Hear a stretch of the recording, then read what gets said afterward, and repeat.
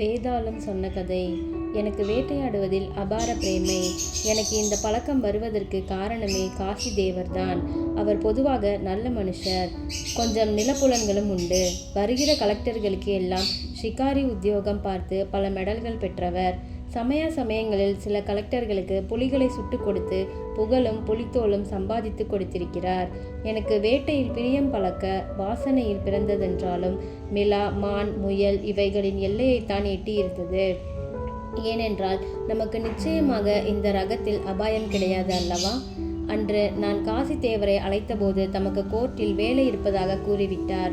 அவருடைய துப்பாக்கியை வாங்கி கொண்டு பழைய பாபநாசத்தை அடைந்தேன். ஏன் கல்யாண தீர்த்தம் வரை சென்று வரலாகாது என்று யோசனை தட்டியது. முட்புதர் வழியாக உள்ள குறுக்கு பாதையாக சென்றேன். அப்பொழுது சித்திரை வெயில் குத்துச்செடிகளையும் முட்புதர்களையும் தாண்டி உயர்ந்த மரங்கள் அடர்ந்த பாதைகள் வழியாக சருகுகள் வழுக்கும் சமயம் துப்பாக்கி கட்டையை ஊன்றிக்கொண்டு சென்றேன். கீழே திரும்பி பார்த்தால் பாறைகளும் கண்கூசும் காணலும். உயர எங்கோ இடைவெளி மூலமாக தூரத்து புதியமலை சிகரம் தெரியும். பஞ்சு மேகங்கள் சிகரத்தை தழுவியும் தழுவாமலும் நீலவானில் மிதந்தன. போகும் பாதையில் வழிநெடுக சில்வண்டுகளின் காதை துளைக்கும் ரீங்கார சப்தம் சமயங்களில் திடீரென்று பேசி வைத்தாற்போல் ஒளி நிற்கும்.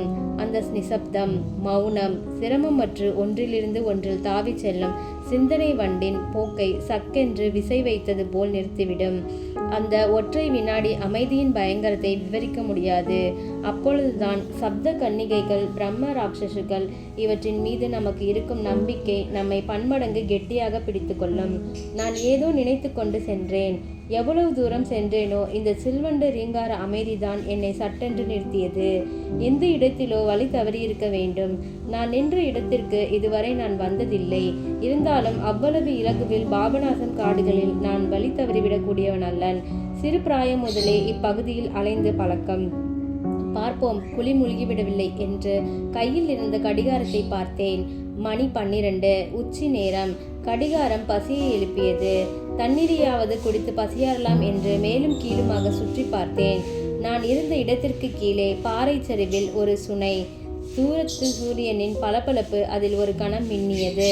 அங்கு இறங்கி தாகத்தை தீர்த்து கொண்டு ஆக வேண்டிய காரியத்தை பார்க்கலாம் என்று நினைத்தேன். மலைச்சரிவில் நேரே செங்குத்தாக இறங்க வழியில்லை. சிறிது சுற்றி 2 மைல் நடந்து அந்த சுனை அருகில் வந்து சேர்ந்தேன். கோபுரம் போல் குவிந்து சரிந்த இரு பாறைகளுக்கிடையில் உள்ள ஒரு குகையில் சுனை. அதில் பெருக்கெடுக்கும் நீர் வழிந்து ஒரு சிறிய தடாகமாக முன்பக்கத்தை நிறைத்தது. தரை தெரியும்படியாக அவ்வளவு தெளிவாக இருந்தாலும் குறைந்தது 40 அடி ஆழமாவது இருக்கும். உள்ளே சிறு மீன்களும் கருப்பு தவளை குஞ்சுகளும் பளிச்சென்று மின்னி ஓடின.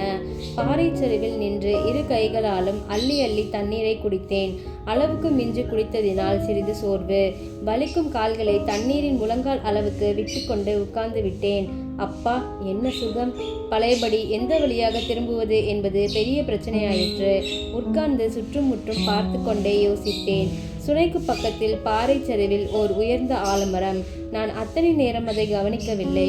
அதன் ஓர் உச்சி நான் சிறிது நேரத்திற்கு முன் நின்றிருந்த உயர்ந்த மேட்டை எட்டியது. எத்தனை வயதிருக்கும் பழங்கால விருட்சம் என்று எண்ணமிட்டு கொண்டே அண்ணாந்து பார்த்தேன். அந்த ஓரத்து உச்சி கிளையில் என்ன தொங்கிக் கொண்டிருக்கிறது? பழந்தின்னி வௌவால். நரித்தலையும் தோல் இறகுகளும் பிரம்மாண்டமாக இருக்கும். காசி தேவர் இந்த ஜாதி வௌவால்களை பற்றி சொல்லி இருக்கிறார். கிடைப்பதே அருமையாம். மேலும் அவருக்கு பிரியமான மாமிசமாம். அதை ஒரு கை பார்ப்போமே என்று பாறையில் வைத்திருந்த துப்பாக்கியை எடுத்து அதை நோக்கி குறிவைத்தேன். அடடே, சுட்டுவிடாதே, நில் நில் என்று பயத்தில் பிளிரும் மனித குரல் கேட்டு திடுக்கிட்டேன். அடடே நில், நான் வௌவால் இல்லை, வேதாளம், சுட்டுவிடாதே அப்பா, தயவு செய்து என்று மறுபடியும் கூவியது அக்குரல். என் கையில் இருந்த துப்பாக்கி நழுவி சுனையில் விழுந்து விட்டது. வேதாளம் என்றால் யாருக்குத்தான் பயம் இருக்காது? அதிலும் எனக்கு. வேதாள பயத்தில் துப்பாக்கியையும் சுனைக்கு அர்ப்பணம் பண்ணியாகிவிட்டது. காசி தேவருக்கு என்ன பதில் சொல்வது என்றுதான் புரியவில்லை. இச்சந்தர்ப்பத்தில் வேதாளம் ஒரு அந்தர் அடித்து சிறகை விரித்து பறந்து வந்து எனக்கு எதிரில் உட்கார்ந்து கொண்டது.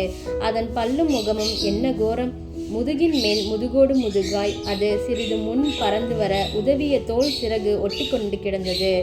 தலை சுத்த வழுக்கை, கபால ஓரத்தில் 2 நரைத்த சடைகள், கை கால் விரல்களில் நாட்பட வளர்ந்து பழுப்பெரிய நகங்கள். அது பல்லை பல்லை காண்பித்து கொண்டு என்னை பார்த்த வண்ணம் குரங்கு மாதிரி குந்தி உட்கார்ந்து கொண்டிருந்தது. அதன் ஆழமான கண்களில் கிணற்று ஜலம் மின்னுவது மாதிரி அதன் கண்மணிகள் மின்னின. கொஞ்சம் மரியாதையாக பேசி தட்டி கழித்துவிட்டு அதை ஒளிதுவிடலாம் என்பதும் என் ஒரே ஆசை. தட்டி கெட்டார் போல, நீர் ஏன் அப்படி தலைகீழாக தொங்கிக் கொண்டிருந்தீர் என்று கொஞ்சம் மரியாதையாக பன்மையிலேயே விசாரித்தேன். நான் வேதாளம், நாங்கள் தலைகீழாகத்தான் தொங்க வேண்டும். வௌவால்கள் அல்லவா, அப்படித்தான் தொங்க வேண்டும் என்றேன். நான் இதுவரையில் ஒரு வேதாளத்தையாவது நேரில் சந்தித்தது கிடையாதல்லவா? வௌவால்களும் அப்படித்தான் என்று சொல்லும். தலைகீழாக தொங்குவது எங்களது அசைக்க முடியாத உரிமை. எங்கள் ஜீவனுள்ள மட்டிலும் அதற்காக போராடுவோம் என்று ஆவேசத்துடன் தலையை ஆட்டி பேசியது அந்த வேதாளம். அது தலையை ஆட்டிய வேகத்தில் அதன் கோரப்பற்கள் இரண்டும் கீழே விழுந்துவிட்டன. வேதாளம் அவற்றை உடனே எடுத்து சுனை தண்ணீரில் கழுவிவிட்டு மறுபடியும் ஈற்றில் ஒட்ட வைத்து கொண்டது. இதை கண்டதும் எனக்கு சிரிப்பு வந்துவிட்டது. சுருக்கென்று சிரித்து விட்டேன். ஏதேது, என்னை கண்டால் உமக்கு பயம் தட்டவில்லையா? ஜாக்கிரதை, மனிதர் எல்லாரும் என்னை கண்டால் பயப்பட வேண்டும் என்பது சம்பிரதாயம். நீர் மனிதர்தானே என்று கேட்டது. இந்த வேதாளத்தின் விசித்திர சந்தேகங்கள் அதன் மீது எனக்கு அனுதாபத்தை உண்டு பண்ணின. உமக்கு நான் மனிதனா அல்லவா என்று கூட ஏன் தெரியவில்லை? நான் மனிதன்தான் என்று சொன்னேன். எனக்கு பார்வை கொஞ்சம் மங்கல், அதனால்தான். பார்வை மங்க காரணம் என்ன தெரியுமா? நான் பிறந்ததே திரேதாயுகம் என்று தனது வயதை அறிவித்துவிட்டு, அதெல்லாம் அந்த காலத்திலே, இந்த காலத்து மனுஷனுக்குத்தான் பயப்படக்கூட புத்தியும் இல்லை திராணியும் இல்லையே என்று மனித வர்க்கத்தின் தற்போதைய பலவீனத்தை பற்றி தன் அபிப்பிராயத்தை எடுத்து காட்டியது. அடப்பாவமே என்று நான் எனது அனுதாபத்தை தெரிவித்து கொண்டேன். அந்த பாபத்திலே தான் ஐயா நான் சைவனானது. அந்த காலத்து மனுஷன் என்றால் எங்கள் ஜாதியை கண்டு பயப்படுவான், இரத்தத்தை கக்குவான். இப்போதுதான் உங்களுக்கு கக்குவதற்கு கூட இரத்தமில்லையே. அதனாலே தான் அதோ இருக்கு பாரும், தேன்கூடு. அதில் இருக்கும் தேனை சாப்பிட்டு கொண்டு சென்ற ஒரு 100 வருஷமாக ஜீவித்து வருகிறேன். தினைமாவும் கொஞ்சம் சேர்த்து கொள்ளக்கூடாதோ? உடம்புக்கு நல்லதாச்சே என்றேன். இந்த காலத்திலே அது எங்கேயா கிடைக்கிறது? முந்தி காலத்திலேன்னா எல்லாரும் பயப்பட்டா நாங்கள் நினைக்கிறத கொடுத்தா. இந்த காலத்தில் எதுக்கெடுத்தாலும் துட்டு இல்லாமல் காரியம் நடக்க மாட்டேன் என்கிறதே என்றது. நீர் பூர்வ ஜென்மத்தில் பூர்வாசிரமத்தில் என்று சொல்லுங்கானும் என்று இறைந்து கொண்டு என்னை அடிக்க வேகமாக கையை ஓங்கியது. திடீரென்று ஓங்கியதால் அதன் கை மலுக்கென்ற சப்தத்துடன் சுலுக்கி கொண்டது. இந்த கிள வேதாளத்தின் மீது நிஜமாகவே எனக்கு அன்பு தோன்றவும் அதன் கையை பிடித்து உதறி சுளுக்கை தடவி விட்டுக்கொண்டே, வயசு காலத்திலே இப்படி உடம்பை அலட்டி கொள்ளலாமா? நீர் பூர்வாசிரமத்தில் பிராமணன் தானே? அப்படியானால் தர்ப்பணம் சிரார்த்தம் செய்து வைத்து பிழைக்கலாமே என்று ஆலோசனை சொன்னேன்.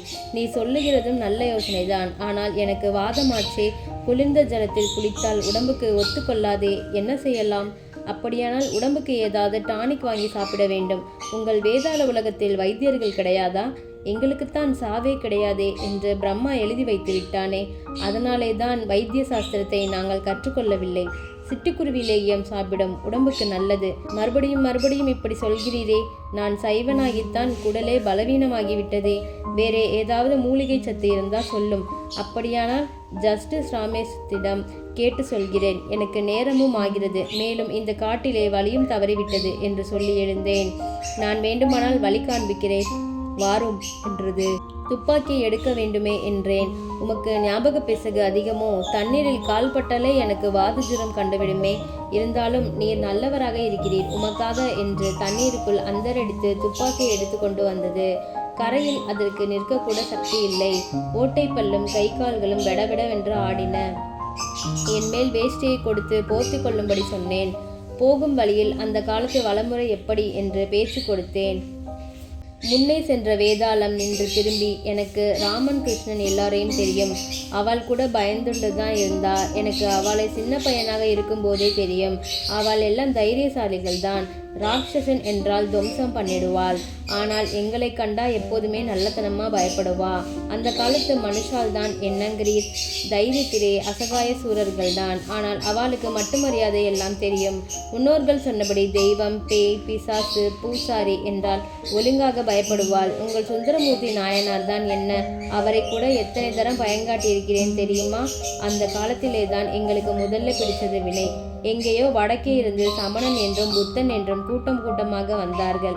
அந்த முட்டா பயல்கள் கொல்லப்படாது பாவம் கீவம் என்று சொல்லி ஆட்களை தங்கள் கட்சிக்கு திருப்பி விட்டார்கள். அந்த காலத்திலிருந்துதான் நம்ம பரமசிவன் முதற்கொண்டு எல்லா தேவாலும் சைவராகிவிட்டார்கள். காலம் அவளை அப்படி ஆட்டி வைத்தது. முன்னே திரிபுரத்தை எரித்தாரே இந்த சிவன், இப்போ அவராலே அந்த குருவி கூட்டை கூட எரிக்க முடியாது என்றது. இந்த சந்தர்ப்பத்தில் ஒரு சிறு முயல் அதன் காலில் இடறி பாய்ந்து பக்கத்து புதரை பார்த்து தாவியது. ஐயோ என்று கூவிக்கொண்டு வேதாளம் வந்து என்னை கட்டிப்பிடித்து கொண்டது. ஓடியது ஒரு முயல்தான் என்று சொல்லி அதன் பயத்தை தெளிவித்தேன். நாங்கள் தலைகீழாக தொங்கி தொங்கி கால்கள் எல்லாம் பிரயோஜனம் இல்லாமல் போய்விட்டன. இந்த தலைகீழ் ராஜ்யம் வந்ததும் அந்த சமணர்கள் காலத்தில்தான் என்றது. எப்படி என்றேன். அவர்கள் எல்லாம் மரத்திலே உரியை கட்டி அதிலே உட்கார்ந்து கொண்டார்கள். ஜனங்கள் எல்லாம் அந்த பக்கம் திரும்ப ஆரம்பிச்சா. நான் தான் அப்போ அதற்கு இந்த வழி பண்ணி மறுபடியும் எங்களை பார்த்து பயப்படும்படி செஞ்சேன் என்று அது கொஞ்சம் பெருமை எடுத்து கொண்டது. பேசி பேசி அதற்குள் பழைய பாபநாசத்திற்கு வந்துவிட்டோம். மண்டபத்தருகில் நின்று ஒரு முருங்கை மரத்தை பார்த்ததும் எனக்கு ஒரு யோசனை தட்டியது. உமக்கு உச்சினிபுரத்து வேதாளத்தை தெரியுமா என்றேன்.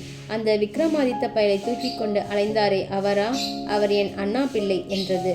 இதோ ஒரு முருங்கை மரம் இருக்கிறதே, இதில் ஏறி உட்கார்ந்து கொள்ளும். நான் வேண்டுமானால் தினம் இங்கு வருகிறேன். உம்முடைய பழைய கதையெல்லாம் சொல்லுமே என்றேன். ஓஹோ, அப்படியா செய்தி? எங்க அண்ணா சுத்த அசடு ஏமாந்து சொல்லி கொண்டு கிடந்தான். நான் சொல்ல வேண்டுமானால் என்ன தெரியுமா? உமக்கு கிடைக்கிற லாபத்தில் சரிபாதி எனக்கு கொடுக்க வேண்டும். அப்படி ஸ்டாம்பு ஒட்டி பத்திரம் எழுதினால்தான் மேலே பேசலாம் என்றது. இப்போ எல்லாம் புஸ்தக வியாபாரம் கொஞ்சம் மந்தம். நீர் அப்படியெல்லாம் கேட்கக்கூடாது. அப்படியானால் ஒரு கோவிலாவது கட்டி வையும் என்றது. வேதாள பொருளாதார சாஸ்திரத்தில் கோவில் அவ்வளவு லேசாக கட்டிவிடலாம் என்றால் மனுஷ உலகத்தில் அப்படி இல்லையே. பிறகு யோசித்து கொள்ளலாம் என்று நினைத்து கொண்டு எழுந்து தவிடுள்ள அரிசி, விட்டமின் டி எல்லாம் சேர்த்து சாப்பிட்டு உடம்பை தேற்றிக் கொள்ளும்படி அதற்கு ஆலோசனை கூறிவிட்டு காசி தேவர் வீட்டை நோக்கி நடந்தேன்.